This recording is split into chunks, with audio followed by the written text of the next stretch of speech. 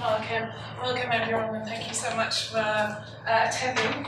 Obviously, any seminar like this is going to be quite a personal thing where you're learning and you've got a certain reason for learning. So what I'm trying to do for today is highlight things that particularly struck me as a student and things that I wanted to change about my own teaching from those experiences, and hopefully they will be useful whatever subject you're teaching to whichever student. So this is a highlight of some of the things that I could cover. I'm going to allow quite a bit of time for questions, so ask questions at any time obviously, but I'll allow quite a bit of time at the end for questions because there might be several things that I haven't covered that I'm still happy to talk about. But these 5 things in particular, I'll give you a bit of background.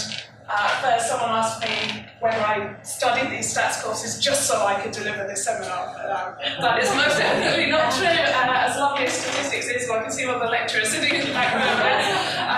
That would be a very big reason to do this. So that is not the reason. Also, just give you a little bit of background about why I chose to study those. And then 5 areas in particular of the student experience. So lectures either attending or not attending, so lecture versus recording, tutorials, assignments, tests and exams, of which I've got one coming up. In fact, 2 weeks today it will all be over for Stats 208, so probably should be busy revising rather than doing these seminars on my experiences. And then communication with students. We also about class reps, peers, how we communicate with the class. So a little bit of background on me. These are not pictures from my life, they are Google images, I just have to say, so that is not me as a student lounging around some grass. But one thing that really struck me as a mature student, or twice the age of everyone in the classroom is how much I've changed since I was a student and how much I now impose of my life back on my own students. Why do they leave the assignments to the last minute? How come they have to cram the test? They've got all this time, what are they doing?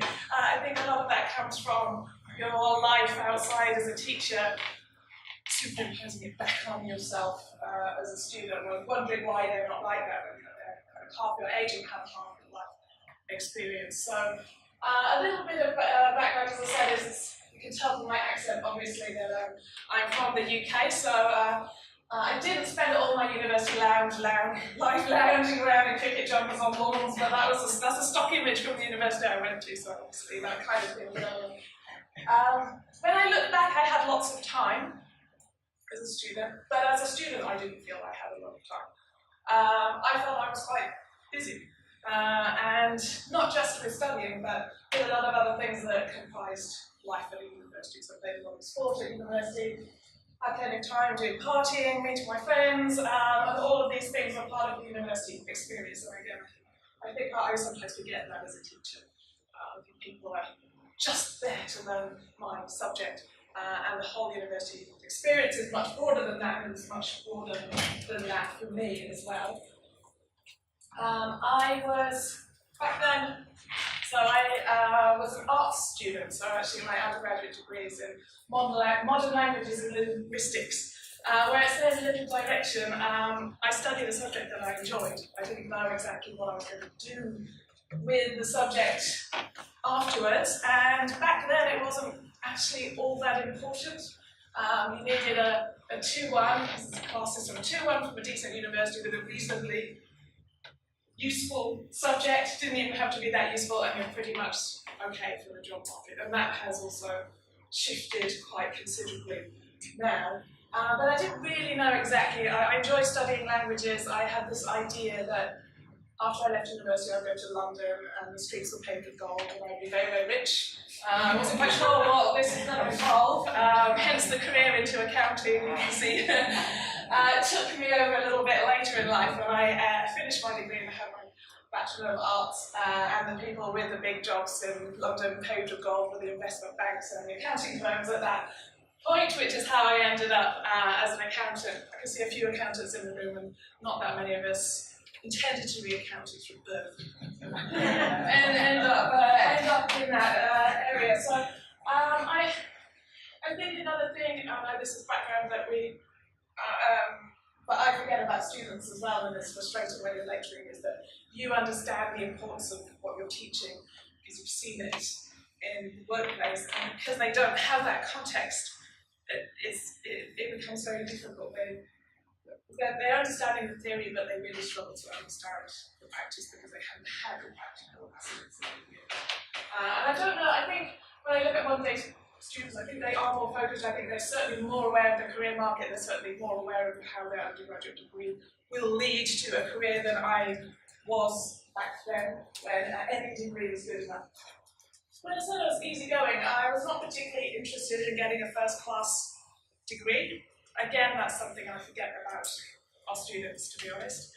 We tend, I think, as teachers to think, why aren't you all there trying to get an A+ in everything, whereas they might be perfectly happy with a B, and perfectly happy with a good pass on the course, and they just want to get the module done, and they want to get their degree, and they want to go out in the world, and that's fine. And later on, I'll talk about how my focus tends to be on the very top and the very bottom of the class, rather than sometimes the maths in the middle because of this.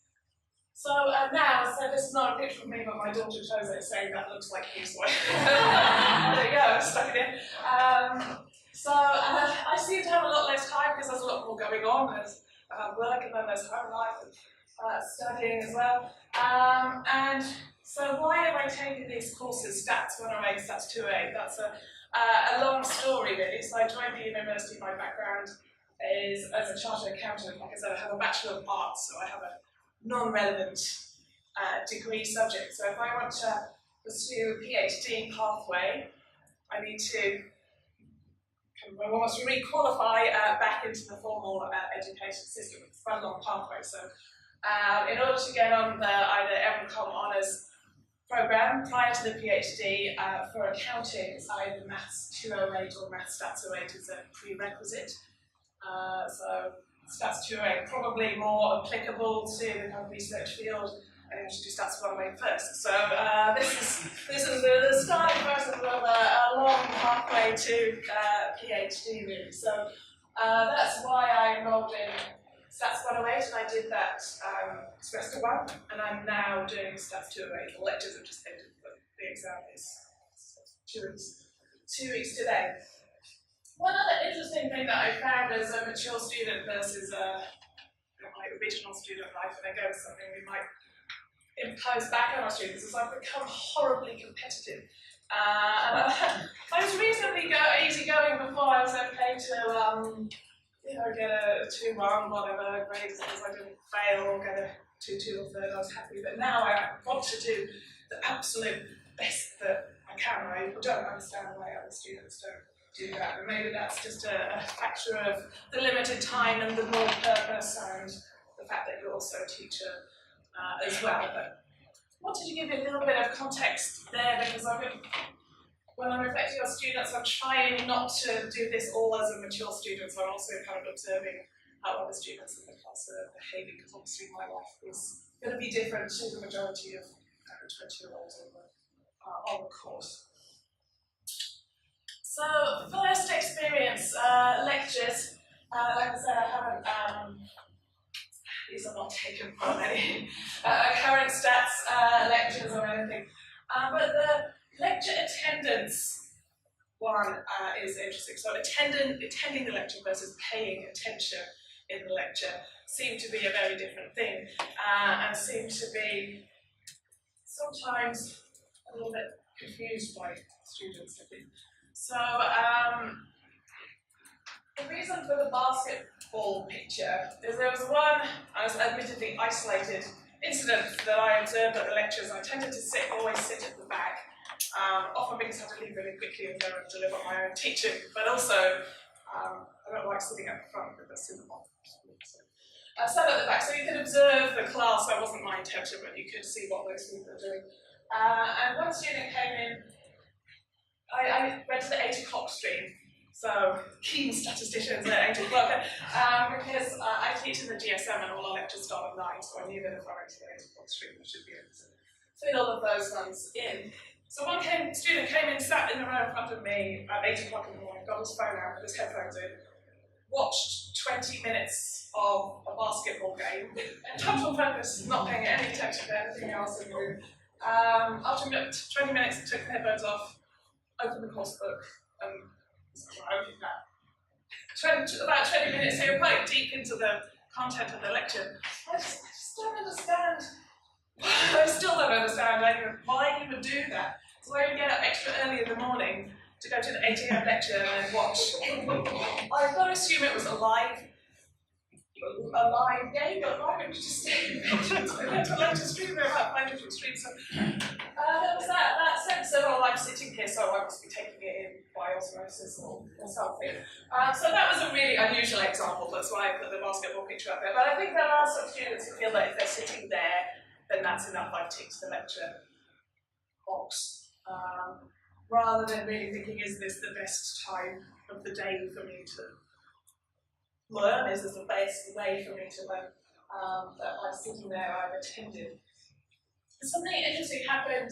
So this is the serene experience you get if you're listening to a lecture recording, not necessarily, but I was forced into only listening to lecture recordings when I did Stats 208 by virtue of reteaching quarters in the GSO. So there's a little bit of timetabling clashing with 2 semesters.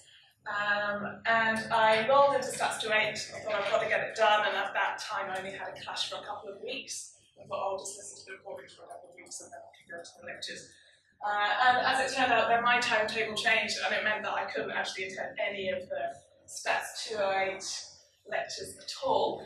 And at that point I felt really unsure, because I always liked going to a lecture because I got that physical reassurances through there. I didn't watch basketball games and I paid attention. So am I going to get the same experience from a recording or not? So I thought, oh well, I'm kind of stuck now, I'm going to just have to listen to recordings. And to my slight horror as a lecturer, actually, I found I preferred listening to recordings, and I was quite surprised by that. And I don't know if it's because I'm a more mature student, but it fitted in much better. I could have a certain section of the evening, I was like, right, I'm setting aside time to listen to the lecture recording, I'm in the right frame of mind to do it now. Rather than speeding them up, I actually slowed them down, so I would say the content of an hour-long lecture is about 50 minutes once you've lost them. Beginning and the end a little bit, it would probably take me about an hour and 15 to go through it, so I would definitely stop, make notes, repeat certain bits. If the lecturer said we did this last lecture, you could actually skip back, refer to where they'd done it in the last lecture in the course book and go forward again. So actually, it totally suited me to do that. And I think I've sometimes been dismissive of students listening to lecture recordings thinking that they're just too lazy to come to the lecture, or they don't want to get out of bed or whatever it is. But I actually found it a great way to learn. I found it as I have no psychology background, so if anyone does, please interrupt me at the moment if this is a thing. But I found myself more personally connected to the lecturer when I was listening to a recording than if I was physically in the room with them. So to give you a really weird example of what I mean, in one of the Stats 208 lectures, I was listening to a recording at home, and I got interrupted partway through a public interrupted me and had to pause the recording. And when I paused it, I apologised. I'm really very sorry. It's really strange. It's really like a psychological thing. I don't know if anyone was sort of can help me out, but I felt like they were really talking just to me rather than to the whole class. So I found it a very positive experience, and I'll talk in a second about how I've changed some what I'm doing on the recordings because of that. So that was the attendance versus recording. So I like to go to lectures, but I certainly now really see the value of recordings. I know that some of I teach a lot of students who have English as a second language, and I know they actually do both. So they will come to the lecture, and they will subsequently listen to the recording as well, and will section it off and repeat certain parts. So the importance of the recording, I just shove the microphone on and think, oh well, it's recorded, that's done. The importance of the recordings has struck me quite significantly. Second thing that I noticed on lectures is the class interaction. I teach quite small classes, so postgraduate, maybe 40, 50 students, so much, much smaller. Obviously, the Stats 108, I think, has over 2,000. Something, it's a huge class, several streams, full room of hundreds of students, and similar, Stats 208 has over 200, I think, in the room, so they're much bigger classes than I used to. So, large class interaction, the Stats 108, they use a lot of wisdom, so I know there are a lot of these things, the one based on the phone with multiple choice questions, I thought they were great.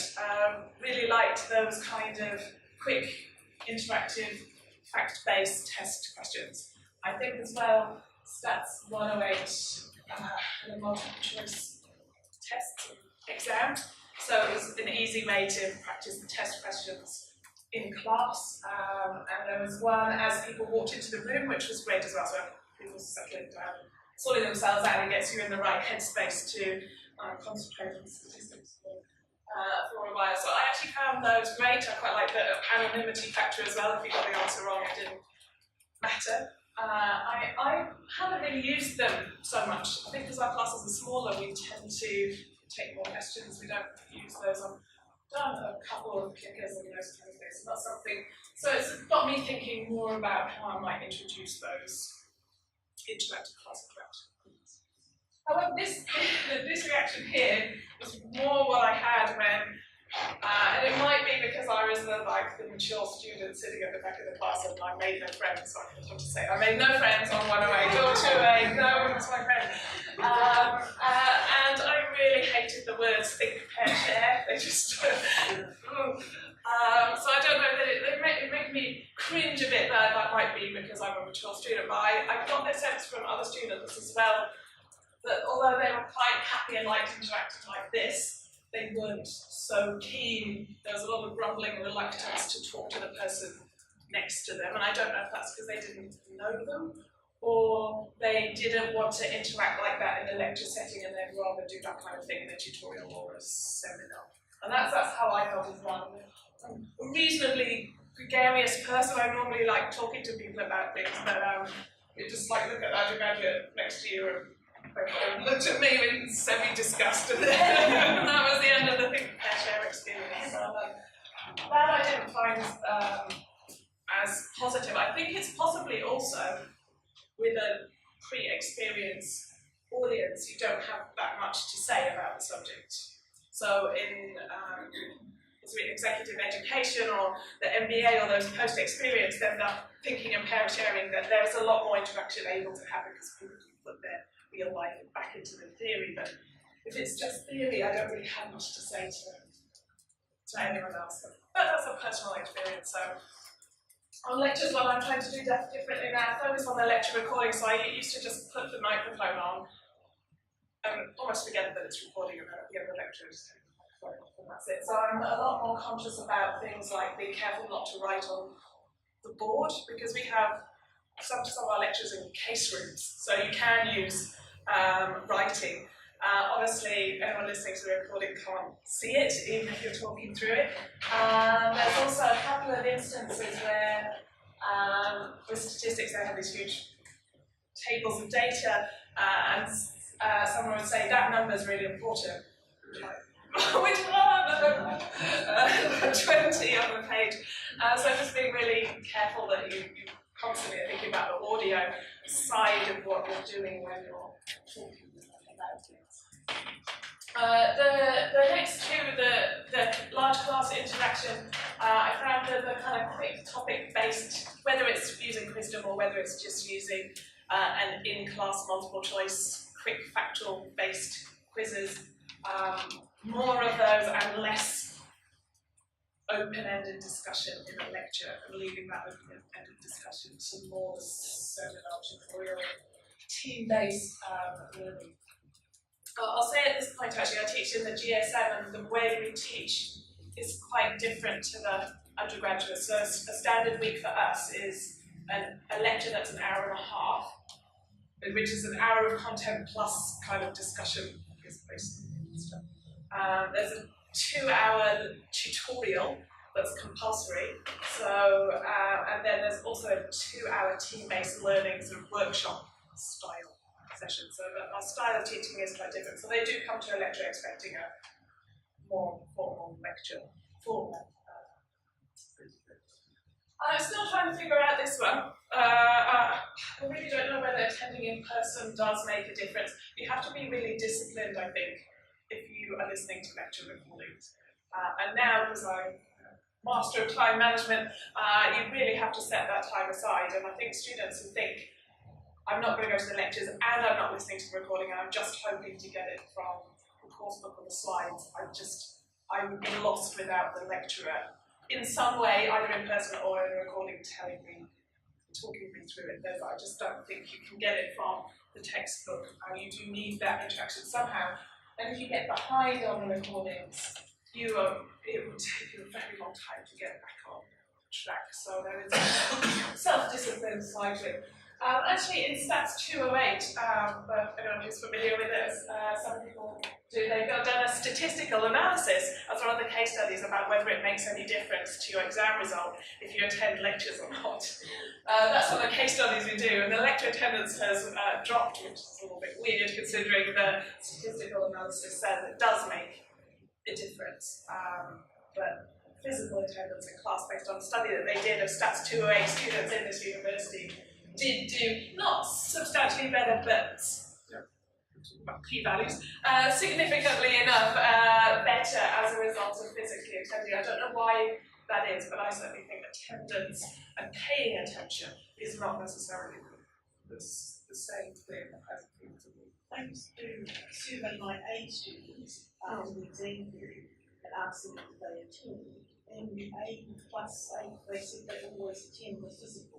Yes. They said the physical was better than not attending. I think the nice thing is when I could attend, you know that you've timetabled it into your week and you've physically gone. And when you can't attend, you've really got to make sure you set aside that time. And with 3 lectures a week, it is really easy to just.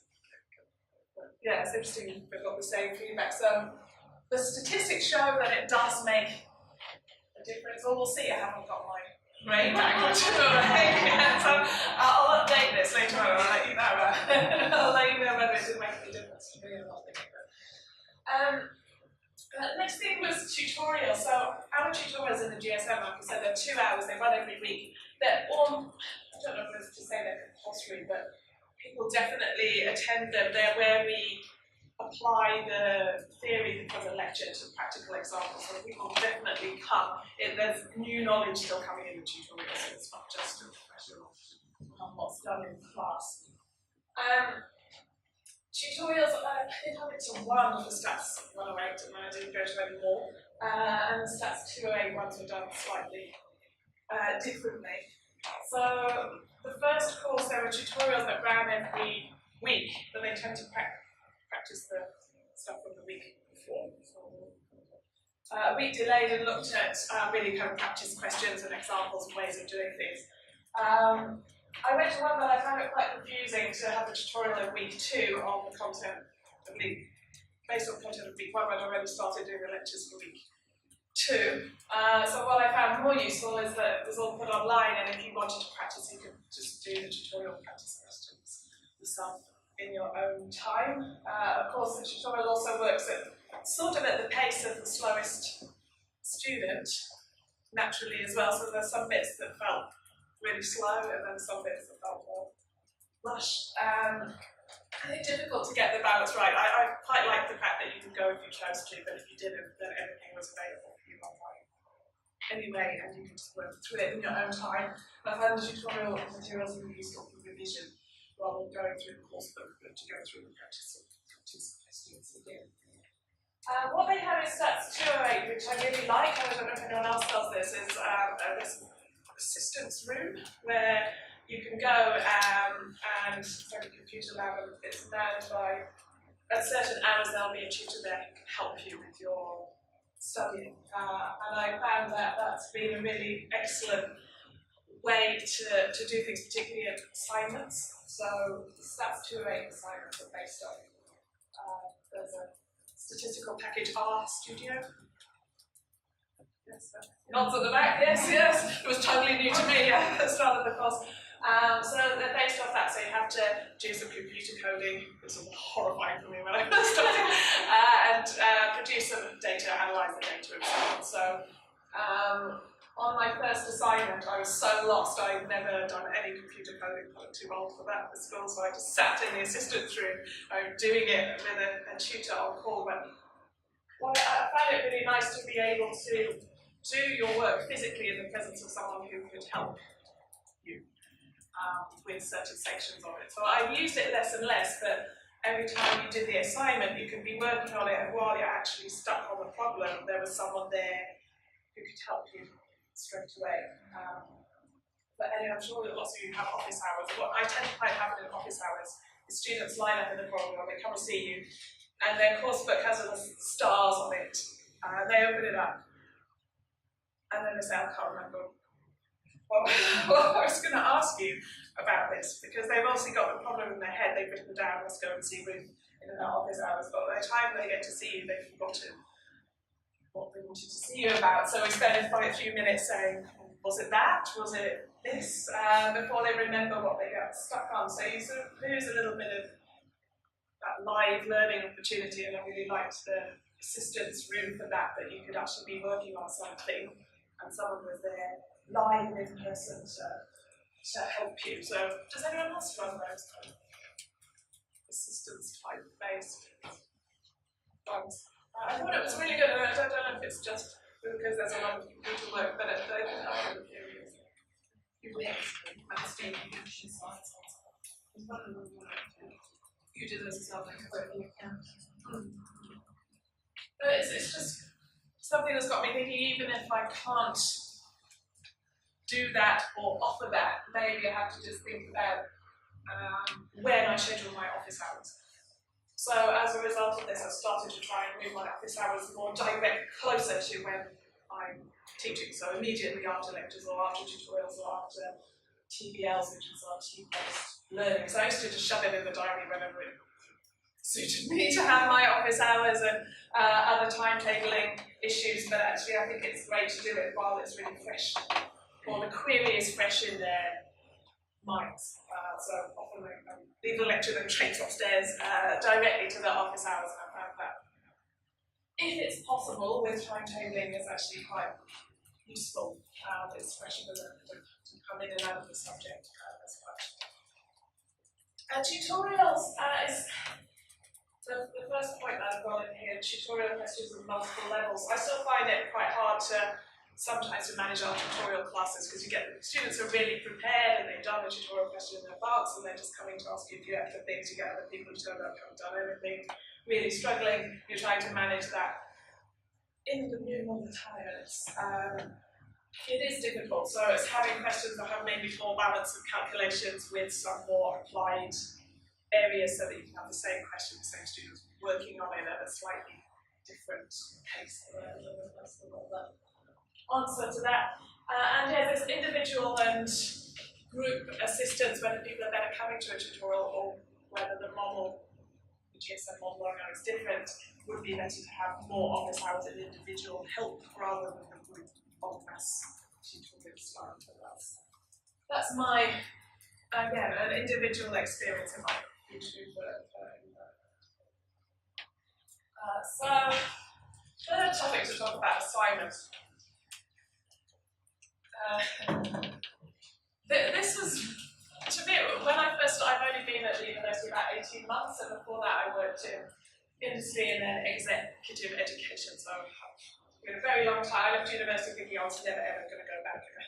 Suddenly, back I am. And assignments were actually one of the parts that disappointed me the most about when I started teaching, because of this collaboration.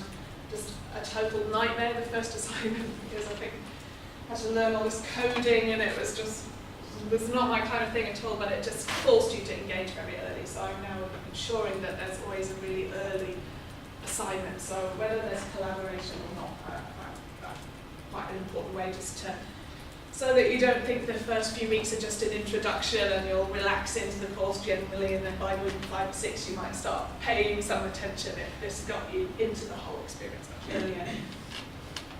Learning outcomes for for assignments, I think we tend to set learning outcomes for a lot of things, so lectures and materials and courses, but for assignments less so. So I'm trying to now stress what is the point of this assignment? What are we testing? What kind of skills are we looking for, as well as just do you know the stuff? How well can you communicate that? Looking at different ways of doing the assignment. But the problem I found, when I'm trying to figure out this one at the bottom, is the more open-ended the assignment, the longer it's going to take to mark. So that's just a simple fact. So if you really want this individual work, so Jill will know this on Business Management 733 that we both teach on. It's kind of about share prices and forecasting and prediction and that kind of thing. I set an assignment where they had to sort of assess the value of Air New Zealand, and I said to them at the start of the assignment, I said I'd be astonished if you all end up with the same value, because you should, if you're doing individual work, put in different. No one would have come up with exactly the same growth and exactly the same profitability and exactly the same. So I'm imagining you're all going to come up with different share prices. They look slightly horrified, but it shouldn't be the same. And it shouldn't be forever to market. So I loved it as an assignment because they had to go through that thinking process themselves, and I was confident that they'd learned that. But it was just, it's a marking nightmare. It's going to add hours and hours if you want that kind of open-ended assignment. So I don't have an answer. If anyone has an answer, you can let me know. And then if you do this group assignment, so Stats 108, 208 didn't have any kind of group, as in groups of students doing work together, but we often do that, more presentations and those kind of assignments. Trying to mark those fairly. There's often issues about someone didn't contribute as much as someone else, so the whole, probably familiar with that, there's peer assessment, whether it's fair or they all give themselves A+ on everything that they do as a group assignment together. So, yeah, constant challenge with assignments is, are we trying to get them to practice the theory, or are we trying to get those workplace skills in, because it seems quite different and it's going to impact on us as teachers. What are we trying to achieve with it? So that's a little bit assignments. Just check it on my time. A little bit. So I said 2 weeks time I've got my test, but I have done now the Stats 108 midterm and final test and everything else. Well, I've really forgotten how stressful it is actually, sitting exams, and the fact that your final test in 3 hours is going to be worth 60 to 70% of your total grade. It's an awful lot, and when you consider how much time you actually spend hours on assignments versus exams, there is this change in weight. I certainly think that a lot of students rely almost entirely on the final test for final exam to carry their grade. So Stats 108 and 208, I think it's probably consistent. A lot of the programs and final test is either 60% or 70%, depending on. So the midterm can be 10 or 20, and the final can be 60 or 70, how that's weighted. And that weighting, I got the impression that a lot of students didn't really care about the midterm test that much.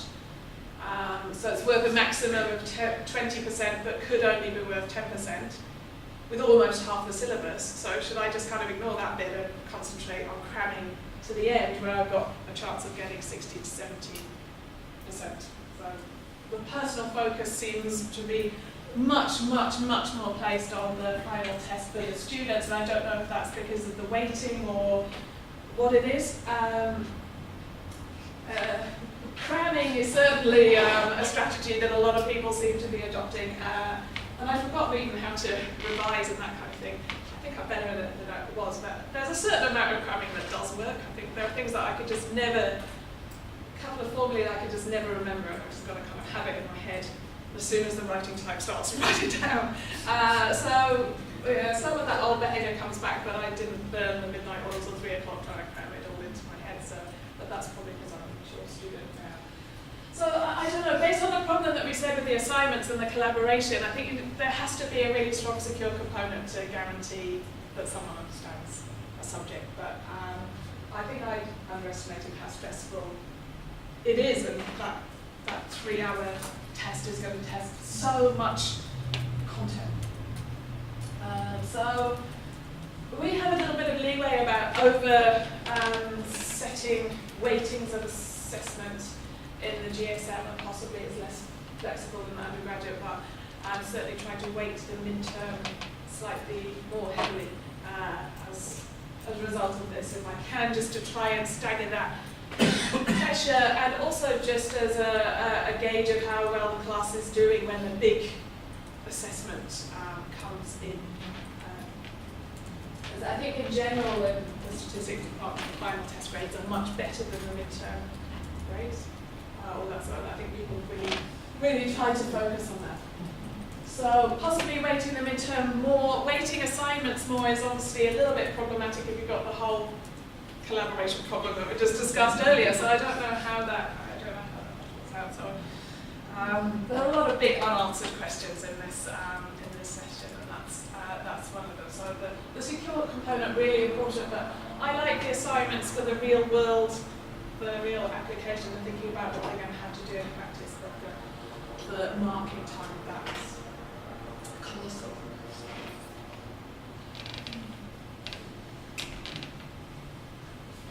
So last thing I wanted to talk about was communicating with students. I thought I'd better get some statistics in here, because I know from the statistics department here. So students fall on a standard distribution like this. I get the feeling I do this as well, and that most of the communication is happening with the A grade students. I put within the statistics t-shirts, the like really key ones, and the kind of C, D grade students. They seem to be the most active in terms of talking to me and the courses that I run, and also in the stats communication forums as well. I think it's quite a polarising view, so I think it's hard to work out where your average student, what their view is on how the course is progressing. I find a class rep as well, and maybe I'm interested to get your thoughts on the class rep process, but it's a voluntary process, I think, in most places, and the class rep for my courses in accounting is normally someone who really likes accounting a lot, so class rep tends to always come from would be always an A-grade student, typically. They're the people who volunteer to be in the class rep. And that's the impression I got with statistics as well. The reps are the people who are really into statistics. I don't think the reps ever coming from the B grades in the middle. I know there's loads of class rep training, and I know that they get to gauge the experience of the whole class, but I still really feel that the class rep gives me the feeling from their group and their study group and their friends who are also really keen on accounting. So I don't know how effective the class rep process is, or whether it could be any better.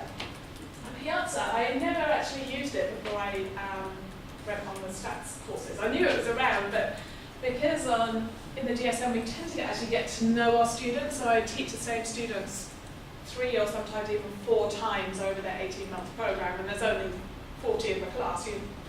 I really don't feel I needed Piazza to help to communicate, but actually I've now introduced it in because I found it really helpful, especially at assignment and test time. It stops people coming to you with exactly the same question 10 times. It's always the same question on the same section of one particular question that people want an answer on. So I find Piazza useful. Was it useful to me as a student? I always had a look at it, but I found these two sides were sort of overrepresented. So on Piazza there'll be some person asking some really keen question about the assignment that covers theory that I'm sure we've already done in the lectures, and going way too far and terrifying anyone else who looks at Piazza. And then there's right the other opposite end, about 10 minutes before the assignment's due, saying, "Oh, is there an assignment?" It's just like a total polarising view, so it's really hard to. So I'd always have a look at it, especially because some people give away answers to assignments on Piazza. And I want to get my assignments done too, so I'd always have a look at that. But yeah, I think it's really useful for dealing with those repetitive questions around certain topics, clarifies it quickly. I have found the students always waiting for me to answer, so they're not particularly good at answering each other, which is how the answer is designed to work. They kind of tend to wait for me or one of the tutors to answer it. So, not sure. So it gave you the kind of top and the bottom view. So when it starts to get nervous around exam times, you get the keen students asking these terrifying questions, which really frightens you, and then you get the other students who haven't worked out when the exam is, if they've got one, what it covers, and so you feel somewhere in the middle it's all going to be okay. So things I'm trying to do differently now, I'm trying to encourage, this is hard on the class rep because I don't do the training, but I have regular meetings with the class rep. And yes, I've definitely got feedback from everyone in the class. I'm not totally sure that you have, but it's quite hard to challenge them back and say that. And you can give them time in the class. Obviously, we do that where I leave the room and leave the class rep. I think if people are really, I don't know how people would speak up in that situation. I'm not convinced that they do really. Peanuts, like I said, I've introduced it and I found it very useful, even for the smaller class sizes that we've got, to try and, it's helping me, it reduces my office hours time considerably, and I'm trying to get a bit more discussion happening. That hasn't been so successful. I think Piazza is quite transactional from a student perspective. But yeah, I still don't know, there's this whole huge part in the middle of the distribution. I'm calling them the silent majority, and I'm not sure how well I engage my silent majority. And the disappointing thing, looking back to me as a student, as I was probably one of those people. I just needed to pass the stuff, and a B somewhere will be fine. And maybe the engagement is all happening at those levels, less in the middle. I haven't quite figured out how that could be improved. So that's all I, hopefully this will be happy me at the end of this year sometime. But those are just my observations, and obviously I know it's very personal, but I'd love any comments or anything that you've shared that could help me or others, or any other questions you've got about what it feels like to be a student. I guess my question is, you talked about the difference between you were studying and that, as long as you got a degree, it didn't matter what it was done, whereas now students are much more very focused. Yeah. Do you think that I'm impressionable?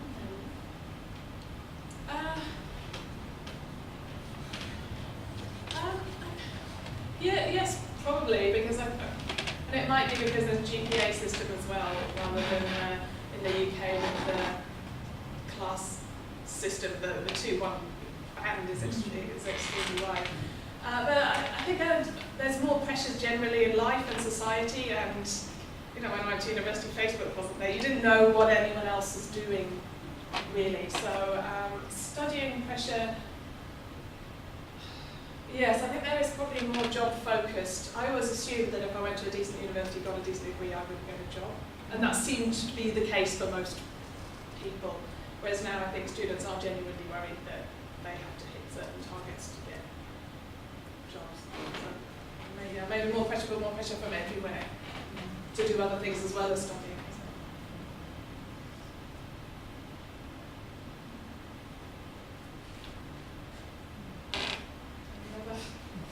People have got questions about standard deviation or p-value.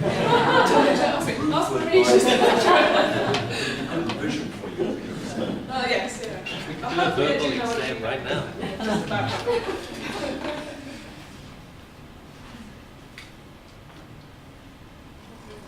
I've recently been doing some focus groups with some students, undergraduate students, and I'm hearing some really similar things from those students around the piazza, and they're loving that conversation. One of the comments that came out really strong was that they love that it's anonymous, and that there's one particular setting which some of their teaching staff use where it's not anonymous to the lecturer. So it's anonymous to other students, but not to the teaching member of staff. And they felt that they felt very judged if they knew that the lecturer knew who they were. So they were a lot more careful or reticent to write anything if they knew that the lecturer knew who they were. So being anonymous was a really big factor in the outside environment. Yeah, I think almost all of the comments that I've seen have been anonymous. Yeah. So I didn't know that there was that setting No, there. I didn't know that either. So as a lecturer online, they all appear anonymous. I don't know if there's anywhere. Yes, Yes. you can, but what we also had encountered in one stage 1, say stage 2 course, where the setting was just everything's anonymous for the teacher, and then some students were not playing nicely, and they felt the need of changing it so that the lecturer could unify which of the students who were not playing nicely and some not to do that. But I think we need to post afterwards because Actually, I did notice a couple of times, I think it was on Stats 108, which was a much busier piazza, I think, because there's thousands of students. They got close to the exam time, they were kind of, I think trolling would be a strong word, but I think some comments were removed as being insulting to other students, because they'd asked a question that was, no, it was on assignments, and it was like, how do I fill in an assignment cover sheet? What should I put in for the assignment number? It was like the first assignment says assignment 1. That's what I was thinking, but I didn't write to read comment on the answer. Someone obviously did write a read comment on the answer and it got removed. So, yeah, I think you can. Ruth. I think anonymity is a huge factor. Yeah, it's really important.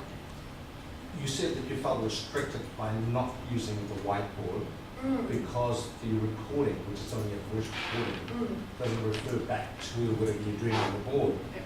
So don't you think we should change our recording system so that it does record the board as well? Rather than feeling constrained and constraining your teaching, why not use better technology? We do. One thing I have started to use, but I don't find them that great, are the annotators. So these screens where you can write up and it does appear. As a I mean, the visual. whole recording of lectures should include Video. recording of the video rather than just voice over PowerPoint. We just use the Yeah, document. could be. Or document camera. So document camera is another way of doing it, or the annotator. I found the annotator screen is a bit clunky. It works quite well if you're trying to annotate slides or link numbers together, but it's hard to actually get a flow of writing effectively on that. I have seen better annotators that are attached to laptops, particularly, where you can get a really kind of quite decent writing on them. But yeah, whether it's video, I don't know if it has the facilities to video record it in all of the rooms. I don't know why it's not done. Surely the technology must be there. Mm. I personally don't like to use the document camera. I prefer to use the whiteboard. And I would not be able to teach without the whiteboard. That's just me. So why isn't the technology there to support those sorts of people who like to use the whiteboard? I think I got used to the document camera with the glasses. Yeah. Otherwise I can't see the black wall. Right. And a Yeah. bit flat. Yeah, you got the electrician Parker like me. Yes. But Thank you, what really And click. And the temptation, I think as well in document camera you can obviously pre-prepare things Yes. as well, which is a big advantage. But I think in the small classes it is more tempting to write on the whiteboard because they can see you. It's quick and it's easy, but you can get that recording side. Or I can take with you. The tablets I think are better than these. You know, I use the tablets. But are they widely available, the write-up tablets? So just trying to just open the We'll just connect it in. Maybe that's something we should consider. I find your comments about the lecture recordings quite interesting in terms of being an online student essentially. Because when we read our course feedback at stage 1, we get a lot of comments actually saying how valuable they found the lecture recordings. So I think we often tend to, in our mind, disparage the absent ones a little bit, but it's probably not a good idea to do that. I mean, I'm sure maybe some absent ones are not. Oh yeah, there's a lot of them who are. Lost in listening to the lecture recordings by them, but yeah, it's making the assumption that they're not there because they can't be bothered to get out of bed, isn't it? I'm just curious about the lecture recordings. I mean, did you make times that were set up for doing listen to it? Did you download it to your phone, for example? And I was quite kind of, Yeah. I'm in stats mindset as well, and I'm seeing, because there's 3 a week, I sometimes listen to the 2 or 3 all together, or 2 in the evening and 1 the next evening, or whatever else. So I liked the fact that I would try to absolutely minimise distractions. So I didn't do them on the go or anything like that. But that might just be the way I preferred to do it. Just going back to the attendance thing, your question was, well, considering whether or not attendance affects test performance or assessment performance. And I think sometimes they may not be the best question to ask, because one of your later questions is are the tests even that good for assessing what someone knows? Because I've studied part-time as well, and I find I go to class because it's more, you get to build a rapport with the teacher, and so you learn more, even though the performance isn't necessarily impacted. And so listening to the recording, it's good to get the facts, you can rewind it, you can note down everything that was said, which is great for test performance, but not necessarily appreciating what's being told or learning, like, aside from what's being tested. Yeah. But I think there's another factor as well that I haven't talked about, because we talked about rapport with the lecturer. I think that possibly depends on the size of the class, really, about whether you were going to get to know them. But then there's also rapport with your students. So although I said I made no friends with stats 108 or 208, I don't particularly care. That's not part of my learning experience now. I'm not doing the whole university life experience. I'm just doing that. I think that is obviously something you miss. And opportunities of collaboration is genuine collaboration. To genuinely collaborate and talk about things, you do miss that as